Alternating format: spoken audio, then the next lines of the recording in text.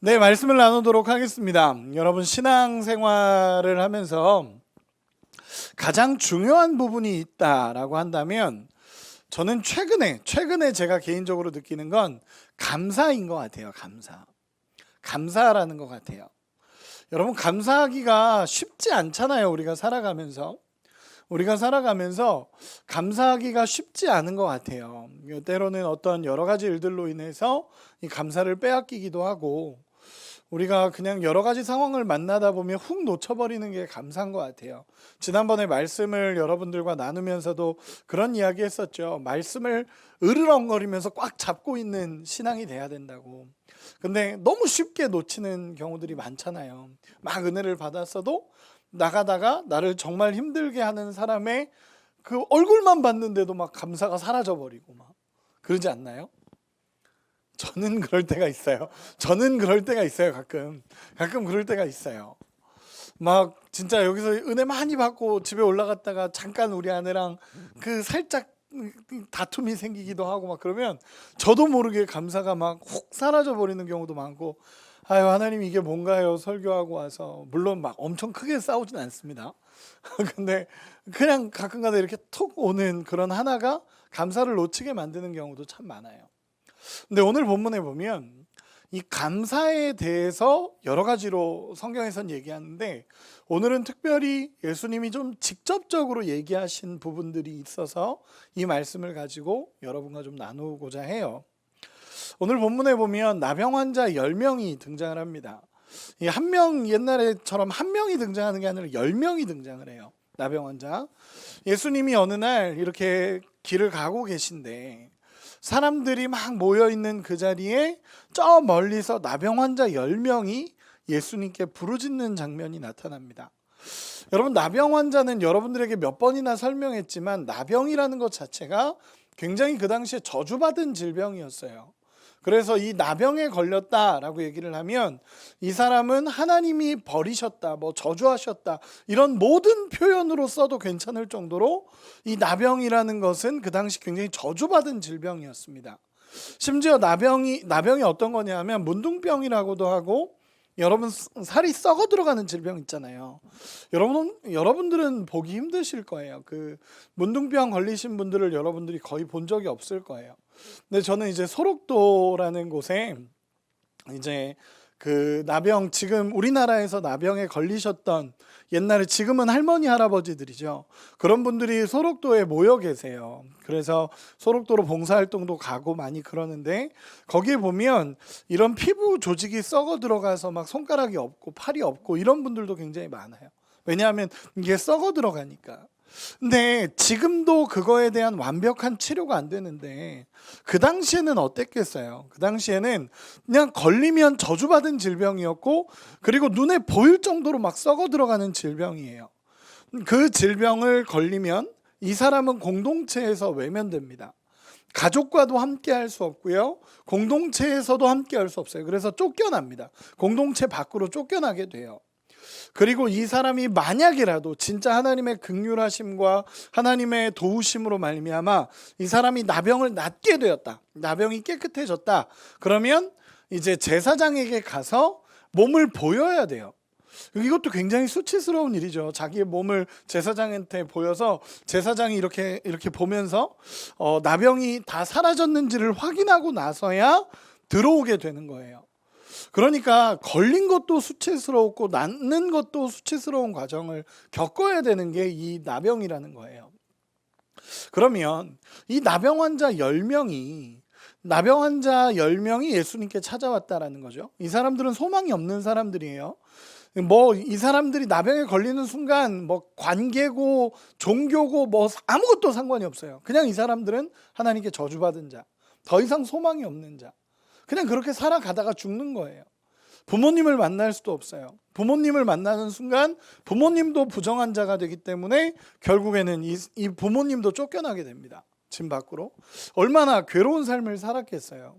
근데 그 10명이 예수님을 찾아옵니다. 찾아와서 가까이 가지는 못해요. 왜냐하면 그 사람들이 모여있는 그 자리에 가면 나병 환자들은 돌로 맞을 수도 있어요. 그래서 못 갑니다. 그런 상황에서 멀리서 나병 환자들이 외치는 거예요. 여기에 보면 그대로 성경 그대로 예수 선생님이여 우리를 좀 불쌍히 여겨주세요 라고 얘기합니다. 예수 선생님 우리 좀 불쌍히 여겨주세요. 그러면 소리 지르는 거예요.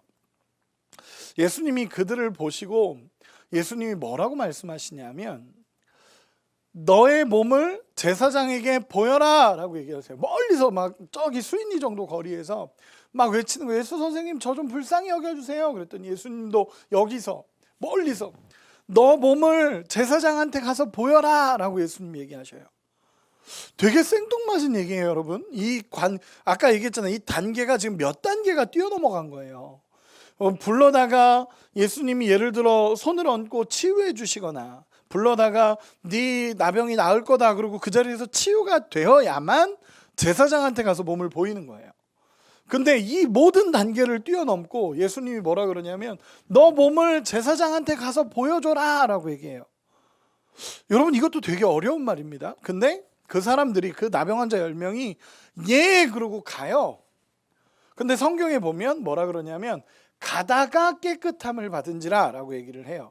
오늘 본문에 보면 가다가 14절에 보면 보시고 이르시되 가서 제사장들에게 너희 몸을 보이라 하셨더니 그들이 가다가 깨끗함을 받은지라.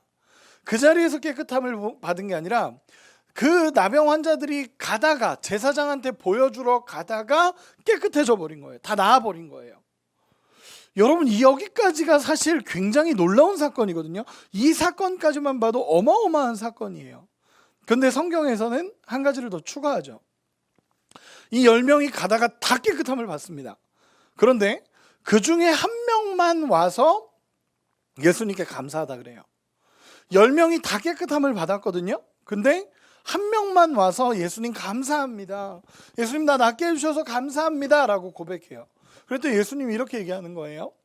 야 9명은 어디 갔어? 라고 얘기하세요. 예수님이 왜 너만 왔어? 9명 어디 갔어? 라고 얘기했더니 뭐 어디 갔는지 모르죠. 그랬더니 예수님이 뭐라 그러냐 하면 마지막에 너의 믿음이 너를 구원했느니라 라고 얘기해 주세요. 이 사람은 찾아와서 예수님께 감사했는데 예수님은 그것이 너를 구원했다. 이 감사함이 믿음이 너를 구원했다 라고 예수님 선언하신 거예요. 여기까지가 오늘 본문의 이야기입니다. 뭔가 막 되게 뒤죽박죽 섞여 있는 것 같은 느낌도 들어요. 그리고 이게 가능한가? 라는 느낌도 드는 본문이 오늘 본문입니다. 근데 이 본문을 가지고 여러 가지 질문들을 가질 수 있을 거예요. 뭐 예를 들어서 믿음이란 무엇인가? 아니면 예수님의 치유하심이라는 것은 무엇인가? 아니면 감사한다는 것은 뭔가? 아니면 감사라는 것은 믿음에서 어떤 위치를 차지하는가? 여러 가지들의 질문이 던져질 거라고 저는 생각해요. 저는 이 말씀을 보면서 그런 생각을 되게 많이 했어요. 이게 뭐야? 그 9명 어디 갔지? 9명은 어디 갔어? 다 고침 받았잖아요. 깨끗하게 고침 받았잖아. 근데 9명은 사라졌어. 한 명만 예수님께 왔어요. 뭐지? 라는 생각을 해보게 되는 거죠. 저는 이 말씀을 가지고 세 가지 믿음에 대해서 이야기를 해보고 싶습니다. 첫 번째는 뭐냐면 예수님을 의지하는 믿음이에요. 예수님을 의지하는 믿음. 믿음이라는 걸 저는 이제 세 단계로 나눠봤어요. 이 본문을 가지고 첫 번째 단계는 뭐냐면 예수님을 의지하는 믿음이라는 거예요. 여러분 이 믿음도 굉장히 중요합니다. 여러분 인생을 살다가요 정말 내 힘으로 할 수 없는 여러 가지 일들을 만날 때가 있어요.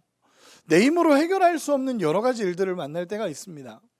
제가 최근에 어떤 우울증에 걸린 친구를 한번 만난 적이 있어요. 굉장히 우울증이 심한 친구를 만났고 그 친구랑 이렇게 얘기하는데 그 친구는 최근에 이제 안 좋은 일도 많이 하고 겪고 그런 우울증에 심하게 걸렸었고 그리고 공황장애든 뭐든 이 친구가 굉장히 힘든 고통을 겪고 있는 친구였어요. 근데 그 친구한테 막 이런저런 얘기하다 그 친구가 그런 얘기를 하더라고요. 제가 그 친구가 약간 안 좋은 시도를 했다라고 해서 너 왜 그렇게 했니? 왜 그랬어? 막 이렇게 얘기를 했더니 그 친구가 저한테 그런 얘기를 하더라고요. 목사님, 우울증에 걸려보지 않으면 우울증 걸린 사람의 마음을 이해 못한대요 라고 얘기를 하더라고요. 그래서 저도 그런 시절이 있었어요. 그렇게 힘들었던 시절이 있기 때문에 나도 너를 이해 못하는 건 아니다 라고 얘기하면서 이런저런 얘기를 했는데 어쨌든 그 친구가 그러는 거예요. 그 친구랑 얘기했던 게 여러 가지가 있었지만 저의 핵심은 예수님을 의지하라였어요. 너의 그 모든 상황을 결국 도우실 수 있는 분은 예수님밖에 없다라는 걸 얘기했었어요. 여러분, 믿음은 들음에서 난다라고 성경은 기록을 합니다. 믿음은 들음에서 난다라는 말이 굉장히 중요한 말이에요. 왜냐하면 여러분, 믿는다는 것은요, 듣는 게 시작이에요. 이 사람들도 마찬가지죠. 예수님에 대한 소문을 듣는 거예요. 아, 예수님이라면 우리를 낫게 해주실 수 있겠다. 예수님은 우리같이 버려진 자들에게도 예수님은 찾아오셨다라는 얘기를 듣고, 예수님은 그렇게 정말 밑바닥의 인생을 살고 있는 사람에게도 찾아가셔서 낫게 하시고 그들에게 구원을 주신다라는 소문을 그들이 계속 듣는 거예요. 여러분, 믿음은 들음에서 납니다. 여러분들도 여러분, 말씀을 계속 듣는 자리에 여러분들이 서셔야 돼요. 지금 당장 내가 믿음이 없고 지금 당장 내 마음에 소망이 없다 하더라도 여러분, 정말로 믿는 자리, 믿음을 들을 수 있는 자리, 말씀을 들을 수 있는 자리에 있을 때 정말 그때 예수님을 의지하는 믿음이 생기는 거예요. 여러분, 이 사람들이 예수님에 대한 소망을 듣습니다.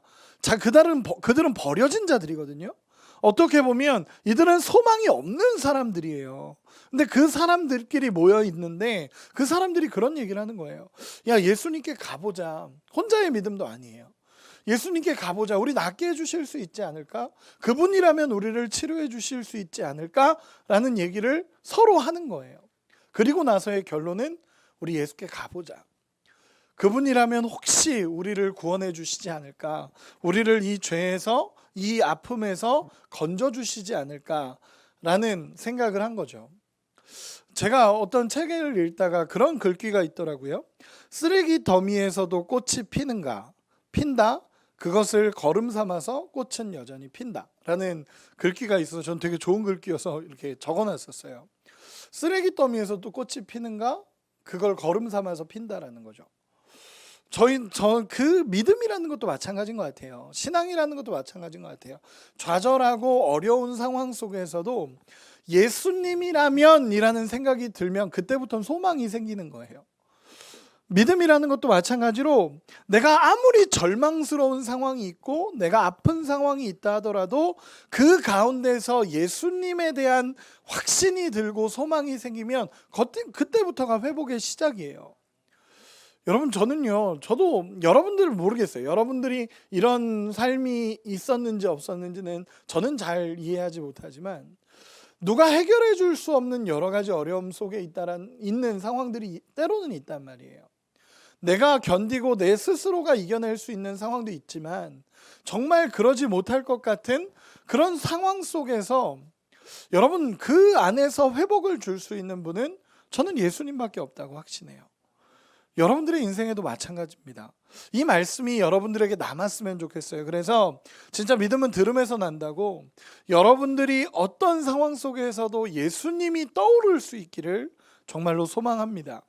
제가 여러분들에게도 자주 얘기했지만 제가 정말 사랑하는 친구 중에 그 교도소를 다녀온 친구가 있어요. 정말 사랑하고 제가 예뻐하는 친구인데 거기 갔다 오기 전까지는 그렇게 이뻐하진 않았어요. 교만한 친구였기 때문에 그렇게 좋아하진 않았습니다. 맨날 와서 자기가 유명해지면 목사님 시상식 때 한번 얘기하겠다고 이런 얘기하던 친구라 그렇게 막 좋아하는 친구는 아니었어요. 근데 그 친구가 그 아픔 속에서 예수님을 떠올리고 진짜 예수님을 만나고 와서 지금은 찬양하는 사역을 해요. 나중에 그 친구가 많이 알려지지 않았으면 좋겠다 그래가지고 나중에 소개할 수 있으면 소개를 해볼게요.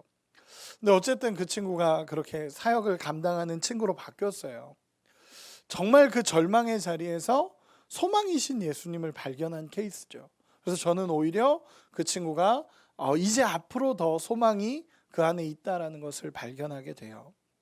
두 번째는 뭐냐면 순종하는 믿음이에요. 단계를 설명하는 거예요. 첫 번째는 예수님을 의지하는 믿음이었다면 두 번째는 순종하는 믿음이 필요합니다. 우리에게는. 여러분, 제사장에게 가서 보이라라는 예수님의 말씀. 그들이 찾아왔어요. 예수님을 의지해서 그 자리에 찾아왔어. 예수님 도와주세요라고 외치기까지 얼마나 힘들었겠어요.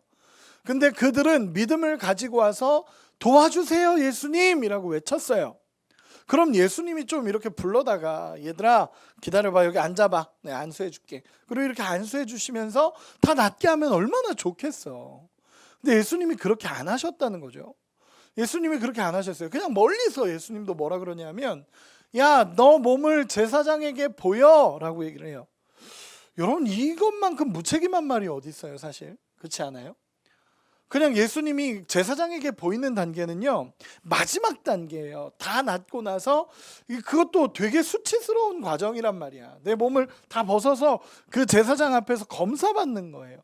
그 유대인들조차도 이것은 굉장히 수치스럽다라고 생각을 해요. 얼마나 수치스러운 과정이에요. 근데 예수님이 그냥 그렇게 마지막 단계를 얘기하시는 거예요. 낫지도 않았는데, 치료되지도 않았는데, 그냥 예수님이 야, 거기서 그 제사장한테 가서 몸을 보여 라고 얘기를 한 거예요. 근데 이들이 예라고 얘기하고 따라갑니다. 여러분, 이거는 믿음이에요. 예수님에 대한 순종과 정말 절대적인 신뢰가 없으면 절대로 순종할 수 없는 믿음입니다. 여러분, 우리가 살아가다 보면요, 믿음은 굉장히 결단이 필요해요. 믿음은 되게 결단이 필요합니다. 내가 뭔가를 정말 하나님의 음성을 듣고 선택한다라는 것은 굉장한 결단이 때로는 필요해요. 저도 마찬가지예요. 제 인생에서도 많은 결단할 때가 있었죠. 제가 우리 군산에 내려올 때도 저는 믿음의 결단이었어요. 저는 한 번도 살아보지 않았던 곳이고 익숙하지 않은 곳이란 말이에요. 근데 하나님 가라고 말씀해 주시니까 그냥 가겠습니다 그러고는 순종하고 온 거예요. 그리고 나서 하나님께서 살아가게 하시는 거예요. 저 여기 오는 것까지도 사실 제 마음에는 결단이었어요. 왜냐하면 익숙하지 않은 곳이니까. 그런 결단이었어요. 호주 갈 때도 마찬가지였죠. 저 영어를 할 줄 아나, 돈이 있나, 뭐 아무것도 없었어요. 근데 하나님 가라고 하니까 예 그러고는 3주 만에 떠났어요. 3주 만에 그냥 그 기도의 응답이 딱 있고 난 뒤에 3주 만에 저 혼자 떠났어요. 우리 아내도 두고 혼자 먼저 갔어요. 저한테는 결단이었어요. 그리고 결정이었고 순종이었어요. 아무것도 없었거든요. 올 때도 마찬가지였죠.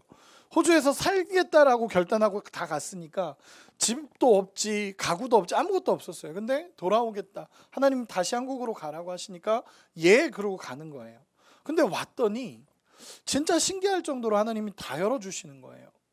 와, 도착했더니 일주일 만에 사역지가 생기고, 이런 경우가 별로 없어요. 그 전도사나 목사나 사역을 결정하는 시기들이 있어요. 근데 그 시기들을 훨씬 지나고 나서 제가 돌아왔는데 일주일 만에 결정이 돼서 사역지를 가게 되고, 집도 없었는데 해결이 되고, 등록금도 해결이 되고, 진짜 말도 안 되는 하나님의 역사였죠. 올 때까지는 없었어. 근데 믿음으로 순종해 가니까 되는 거예요. 하나님의 역사가 일어나는 거예요. 제가 아는 어떤 목사님도 그런 얘기를 하셨어요. 어떤 목사님 그런 얘기를 하시더라고요. 부교육자로 사역을 하다가 하나님이 개척을 하라 그랬대요. 그래서 개척을 했대요. 진짜 이 코로나 시기에 코로나가 아니었죠. 그 전에 전 개척하기 싫은데 그러다가 하나님이 개척을 하라 그러니까 진짜 조그마한 상가교회 개척을 했대요. 근데 개척을 했더니 하나님이 선물로 코로나를 주셨대요. 그래서 개척을 했는데 예배를 못 드리는 거예요. 개척은 했는데 예배를 못 드리고, 이게 무슨 일인가 상황이, 진짜 하나님 나한테 왜 이러시냐고 막 그렇게 기도하고 따졌었는데, 나중에 시간이 지나고 보니까 하나님이 채워주시기 시작하는데, 코로나 터진 지 3년 됐죠. 3년 만에 지금 작년 성도가 400명이 넘어가요. 코로나 시기에 작년 성도가 400명이 넘어가고 부교육자가 3명이 생겼으니까 어마어마한 하나님의 역사를 경험했다라는 얘기를 하더라고요. 저는 그런 생각을 해요. 이 사람들도요, 하나님을 신뢰하지 않으면 못 가요. 예수님의 말을 신뢰하지 못하면 못 가요. 무슨 엉뚱한 소리냐, 난 지금 치료되지도 않았는데 어떻게 제사장에게 가서 보이냐, 예수님이 너무 무책임한 거 아니냐, 예수님 나한테 왜 이러시냐, 얼마든지 할 수 있는 얘기들이에요. 예수님 좀 나한테 좀 길을 열어주시고 좀 사인도 좀 주시고, 아니면 차라리 요만큼이라도 낫게 해주시든가, 가기 전에 한 요만큼만 낫게 해주시면 갈 수 있잖아. 좀 나았네, 가봐야겠다, 이건 되잖아. 근데 아무 역사도 없는 거예요. 창세기 12장에 아브라함한테도 그래요. 하나님 뭐라 그러냐면, 너는 너의 고향과 친척과 아비집을 떠나서 내가 너에게 보여줄 땅으로 가라라고 얘기해요. 일단 보여줄 땅이에요. 보여준 땅이 아니에요. 어디 가라라고 정해주신 게 아니야. 일단 떠나래요. 그리고 보여주겠대. 너무 무책임하지 않아요? 제가 느끼기에는 막 그렇게 느껴졌었어요. 아니 보여줄 땅이 뭐야? 보여준 땅 이미 보여줘서 주어 나 여기로 가라고 보여주면 얼마나 좋아요. 내 하나님 아니라는 일단 짐을 싸 그리고 일단 나와 그러면 내가 그 다음에 보여줄게. 쉽지 않죠. 믿음은 결단이에요. 믿음은 때로는 하나님을 신뢰하고 떠나는 길이에요. 청년 사역을 하다 보니까 그런 얘기를 많이 하더라고요. 목사님 이렇게 하면은 분명히 손해 볼 것 같아요. 목사님 이걸 선택하면 굉장히 우리에겐 손해가 일어날 것 같아요. 물론 하나님의 뜻이 이거라고 생각이 되는 경우들도 있잖아요. 뭐 부정한 일을 해야 되고 막 이런 상황 속에서 전 이거 안 해요 라고 할 수도 있잖아요. 그러면 손해 보는 거죠 결국에는. 근데 목사님 그렇게 하면 손해 봐요 라는 얘기를 저는 때로는 들어요. 때로는 몇몇 이야기를 하다 보면 때때로 듣습니다. 그런데 그런 생각을 해요. 한편으로는 그런 생각을 해요. 손해 보더라도 그게 하나님 뜻이면 순종하기를 하나님 원하시지 않을까? 라는 생각을 해볼 때가 있어요.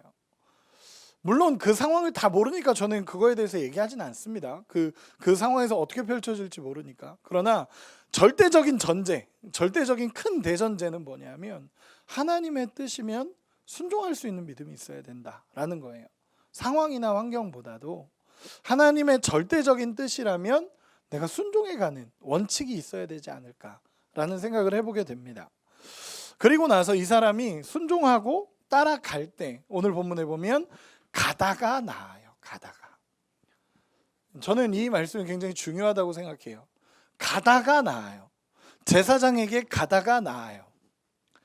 제가 예전에 지금은 아니고 예전에 한 새신자가 교회에 등록을 한 적이 있었어요. 한 새신자가 교회에 등록을 해서 이 친구가 은혜를 받은 거야. 새신자야. 교회 온 지 얼마 안 된 새신자가 그때 당시 수련회를 갔었는데 엄청 은혜를 받은 거예요. 엄청 은혜를 받고 새신자가 그러기 쉽지 않잖아. 새신자가 그러기 쉽지 않은데 새신자가 수련회 왔다가 은혜를 받아서 막 엄청 불타는 거예요. 마음이 막.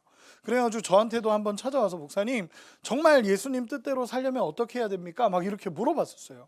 그래서 제가 진짜 성경을 읽고 이렇게 해서 예수님의 뜻대로 살아라. 그래서 믿음으로 결단하고 살아야 되고 기도하면서 살아야 된다라고 얘기를 했어요. 그랬더니 알겠습니다 목사님 진짜 하나님 뜻대로 살게요. 목사님 제가 하나님 뜻대로 살 수 있게 도와주세요. 그래서 알겠다. 그리고는 진짜 잘해보자 막 이렇게 하고는 막 얘가 으쌰으쌰 됐어요. 그리고 나서 얘가 새신자 교육이 끝나고 셀에 들어갔었어요. 소그룹에 들어갔는데 얘가 소그룹에 들어간 지 얼마 있다가 저를 찾아왔어요. 그래가지고 왜 그러니? 라고 얘기했더니 그 친구가 약간 우울한 표정을 가지고 찾아와서 목사님 다 저 같진 않더라고요 그러는 거예요. 그래서 그게 무슨 얘기야? 그랬더니 막상 셀에 가서 나눔을 하니까 하나님 뜻대로 사는 사람이 별로 없다는 거예요. 그래서 그 얘기에 되게 충격을 받았어요. 막상 셀에 가서 나눔을 하는데 진짜 하나님 뜻대로 살려고 막 자기가 뜨끈뜨끈하니까 은혜 받고 뜨끈뜨끈하니까 막 하나님 뜻대로 살아야 된다고 하는데 리더부터 해가지고는 뭔가 뜨뜻미지근한 자기가 그렇게 얘기하면 뭔가 이상하다는 거예요. 딴 세상에 와 있는 것 같다라는 거죠.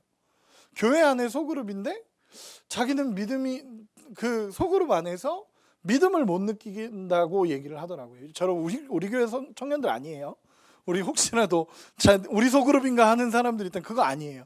여러분 소그룹이 아니라 저는 다른 교회 다른 예전에 사역했을 때 얘기입니다. 여러분 믿음은 결단이에요. 내가 하나님 앞에 결단하지 않으면 절대로 그렇게 살아갈 수가 없어요. 제가 지난번에 얘기할 때도 말씀도 지켜야 되는 거라 그랬잖아요. 지키지 않고 그냥 있으면 말씀은 날아가 버립니다. 내가 지금 은혜 받았어도 정말 하나님의 은혜를 가지고 내가 이 말씀을 지켜내야지라는 결단이 없으면 안 돼요. 다 날아가요. 신앙도 마찬가지예요. 예를 들어서 천웅이랑 목사님하고 얘기하다가 천웅이가 막 고민을 가지고 얘기했는데 목사님하고 얘기하다가 천웅이가 막 결단이 생겼어. 진짜 맞아 목사님 말처럼 살아야 돼 하나님 말씀대로 살아야 돼 라고 하면 이 말씀을 마음에 두려고 해야 돼요. 그냥 그때로 끝나버리면요 내일 되면 잊어버리고 모레 되면 사라져버려요. 여러분 그게 정말 하나님 앞에서 결단하는 삶이에요. 이 사람들도 마찬가지입니다. 믿음은 도전이고 결단이라는 걸 알아요. 그래서 그 말을 듣고 갑니다. 제사장에게. 그런데 오늘 본문에서 마찬가지로 가다가 깨끗함을 받은지라. 여러분 이게 믿음이에요. 어떤 믿음이냐면 순종하는 믿음입니다. 그리고 마지막 세 번째 믿음. 따라합시다. 감사하는 믿음. 다시 한번 감사하는 믿음. 이게 세 번째 단계라고 생각해요. 마지막 단계이자 정말 중요한 단계라고 생각을 합니다. 여러분, 한 사람, 사마리아 사람 한 사람만 찾아옵니다. 10명이 가다가 다 깨끗함을 받았어요. 전부 다. 여기 있는 사람이 이렇게 가다가 전부 다 가다가 우와, 예수님이 이렇게 말씀하셨네 그러면서 다 같이 가다가 다 깨끗함을 받았어. 근데 여기서 영재만 찾아온 거예요. 예를 들어서 영재만 찾아온 거예요. 모든 사람 다 이렇게 10명을 다 가서 제사장에게 그 몸을 보여 그랬더니 다 같이 가다가 다 깨끗함을 받았어요. 너무 행복했겠죠. 모두가 행복했겠죠. 그런데 이 한 사람만 와서 예수님 앞에 엎드립니다. 오늘 본문에 보면 이렇게 얘기를 해요. 16절에 예수의 발 아래 엎드려 감사하니 라고 표현합니다. 여기서 하나만 이야기해 볼게요. 여러분, 엎드린다라는 뜻은요, 예배한다라는 뜻과 동일해요. 엎드린다라는 건 예배한다라는 뜻이에요. 구약에서 예배를 샤카라는 단어를 쓰는데 이 단어는 뭐 경배함 이런 단어가 아니라 엎드림이라는 단어예요. 엎드림. 예배라는 것은 그 위대하신 하나님 앞에 엎드리는 행위예요. 마찬가지로 이 사람도 예수의 발 아래 엎드려요. 경외함이에요. 경외함. 예수님의 발 아래 엎드려 감사했다라고 표현해요. 이방인이죠. 사마리아 사람. 물론 이방과 유대인의 혼혈 민족이긴 하지만 이방에 가까운 사람들이에요. 근데 그 사람들이 와서 그 중에 한 사람만 딱 와서 예수님 앞에 감사합니다. 그때 예수님이 17절에 이렇게 얘기하죠. 예수께서 대답하여 이르시되 10사람이 다 깨끗함을 받지 아니하였느냐? 그 9은 어디 있느냐?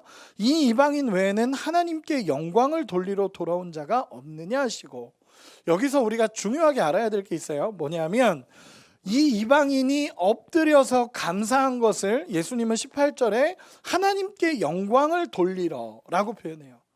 이해가 되시죠? 엎드렸다는 게 그래서 예배라는 거예요. 예수의 발 아래 엎드렸다라고 표현을 하는데 예수님이 이 이방인 외에는 하나님께 영광을 돌리러 돌아온 자가 없느냐라고 얘기하셔요. 하나님 앞에 영광을 돌리러 돌아온 자가 없느냐라고 얘기를 하는 거예요. 즉, 이 이방인의 엎드림과 하나님 앞에 감사함을 예수님은 예배로 연결했고 나머지 사람들은 어디 갔냐라는 거예요. 어디 갔냐라고 얘기를 합니다. 그러면서 예수님이 마지막에 얘기하시는 게 19절에 일어나 가라, 내 믿음이 너를 구원하였느니라. 이 감사와 예배를 믿음으로 연결시켜요. 이해가 되시죠? 이 감사를 믿음으로 예수님이 연결시킵니다. 이 감사를 예배로 연결시키고 이 예배를 믿음이라고 예수님은 연결시켜요. 즉, 감사를 믿음으로 보시는 거예요. 그래서 감사하는 믿음이라고 여러분들에게 이야기를 드리는 거예요. 여러분, 다 있어요. 다 은혜도 경험해. 여기 있는 이 10사람이 은혜를 경험하지 못한 사람이 아니에요. 다 경험한 사람이란 말이에요. 우리로 따지면 다 예배를 드리러 왔고요. 예배 때 은혜도 받았고요. 말씀도 들었고요. 하나님 안에 감사하다라는 그 은혜도 이 현장에서는 경험한 거예요. 그런데 진짜 그 감사를 가지고 하나님 앞에 나가서 하나님께 감사를 드리는 사람이 없어졌다라는 거예요. 여러분, 굉장히 중요한 부분이에요. 모든 이들도, 거기 있는 10명도 인생에서 가장 큰 위대한 사건을 경험한 거예요. 거기 있는 모두 10명, 여러분 나을 거라고 생각이나 했을까요? 근데 그 10명 모두가 나아버려요. 근데 한 명만 감사하러 옵니다. 그럼 9명 어디 갔을까? 9명 어디 갔을 것 같아요? 제사장에게 갔겠죠. 제사장에게 갔을 수도 있어요. 예수님이 제사장한테 가라니까 끝까지 순종 그러면서 갔을 수도 있죠. 근데 그 다음은 이 보면요, 본문에 보면요, 신기해. 10명이 이렇게 가다가 나아요. 그때 한 명이 갑자기 그 대열을 이탈해. 그리고 와서 예수님 앞에 감사한 거죠. 9명 입장에서 어떻게 생각했을까? 쟤 이상한 애다 라고 생각했을 수도 있어요. 쟤는 왜 혼자 튀려고 저러지? 라고 생각할 수도 있어요. 쟤 왜 혼자 튀려고 저렇게 감사하러 가? 우리 제사장한테 보이는 게 먼저지 막 이런 생각을 할 수도 있어요. 근데 예수님이 성경에서 이렇게 얘기했다라는 건요, 9명은 끝까지 안 왔다는 거예요. 9명은 안 왔다는 거예요. 왔으면 기록을 했을 거예요. 근데 여기 예수님이 이렇게까지 9은 어디 갔냐라고 얘기할 정도면 9명은 안 온 거예요. 그럼 뭐냐, 제사장에게 보였겠죠. 그리고 나은 것도 확인했겠죠. 그리고 제일 먼저 뛰어간 곳이 아마 전 가족이지 않을까? 가족한테 갔을 수도 있고 다른 사람한테 갔을 수도 있겠죠. 그런데 하나님 앞에는 안 온 거예요. 여러분 잘 생각해 보세요. 신앙이라는 건요, 의지하는 것도 맞아. 예수님을 의지하죠. 그래, 예수님을 의지해요. 그리고 순종까지도 해. 순종까지도 해요. 그리고 나서 하나님의 역사를 경험하고 나서 그 뒤에 예수님 앞에 오는 사람이 적다는 거예요. 내가 힘들 때는 예수님을 찾아. 내가 어려울 때는 예수님 찾아. 예수님 따라 갑니다. 그리고 의지할 데가 없으니까 예수님 말씀은 의지해. 근데 문제는 뭐냐면 해결도 됐고 은혜도 경험했어요.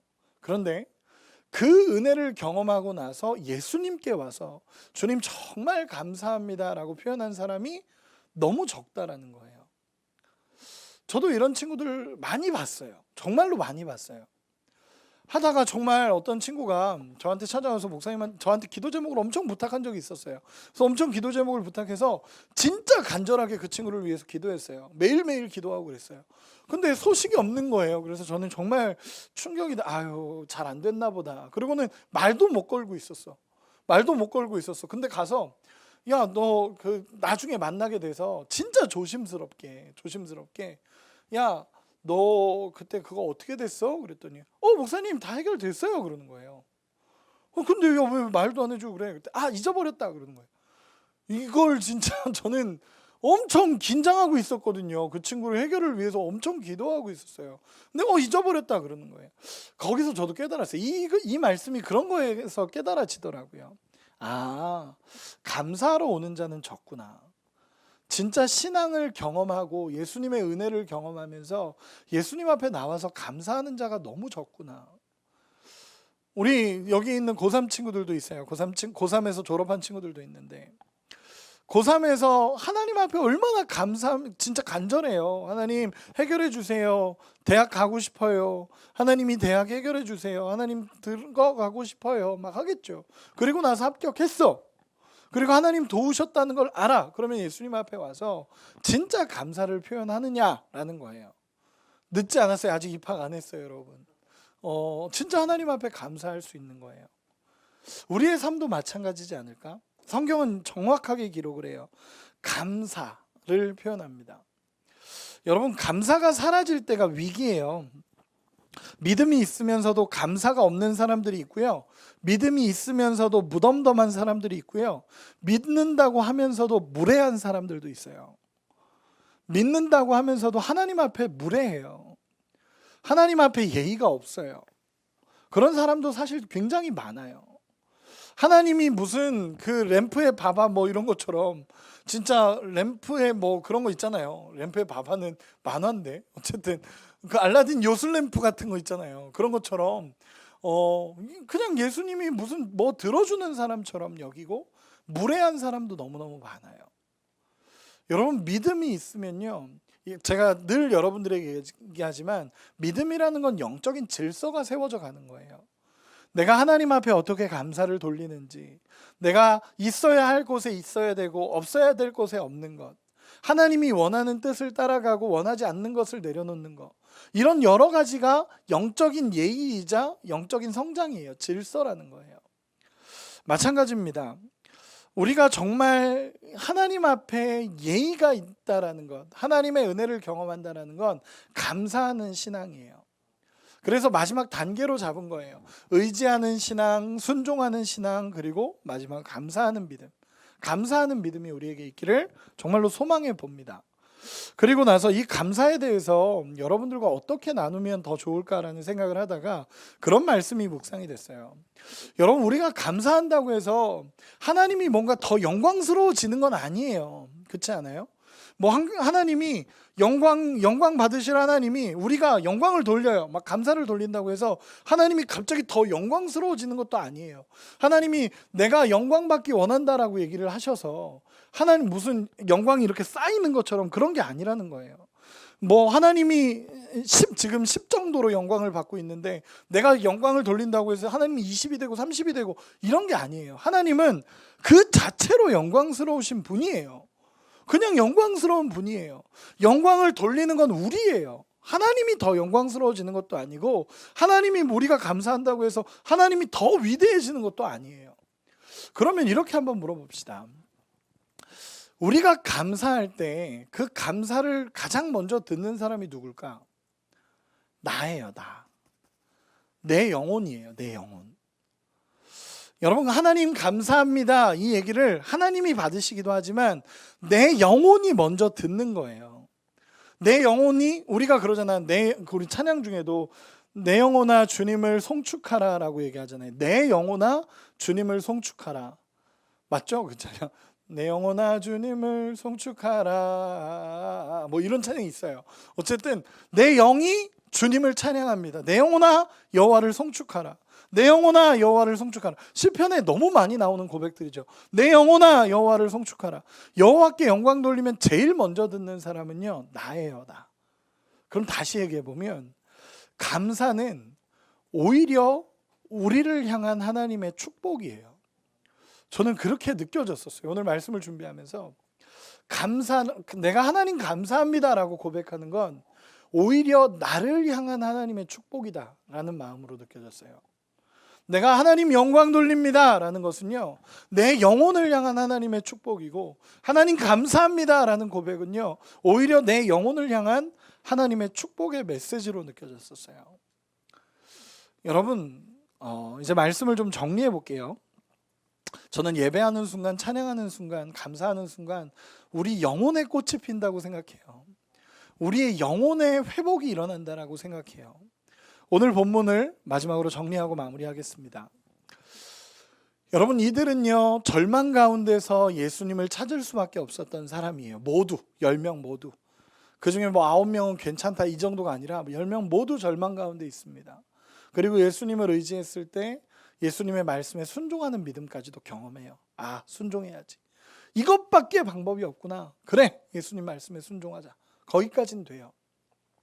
그리고 여기 있는 분들 중에 의지하는 신앙, 순종하는 신앙을 경험해 본 이들도 분명히 있을 거예요. 근데 진짜 신앙의 마지막은요, 그 모든 것을 하나님께 돌려드리는 감사의 신앙인 것 같아요.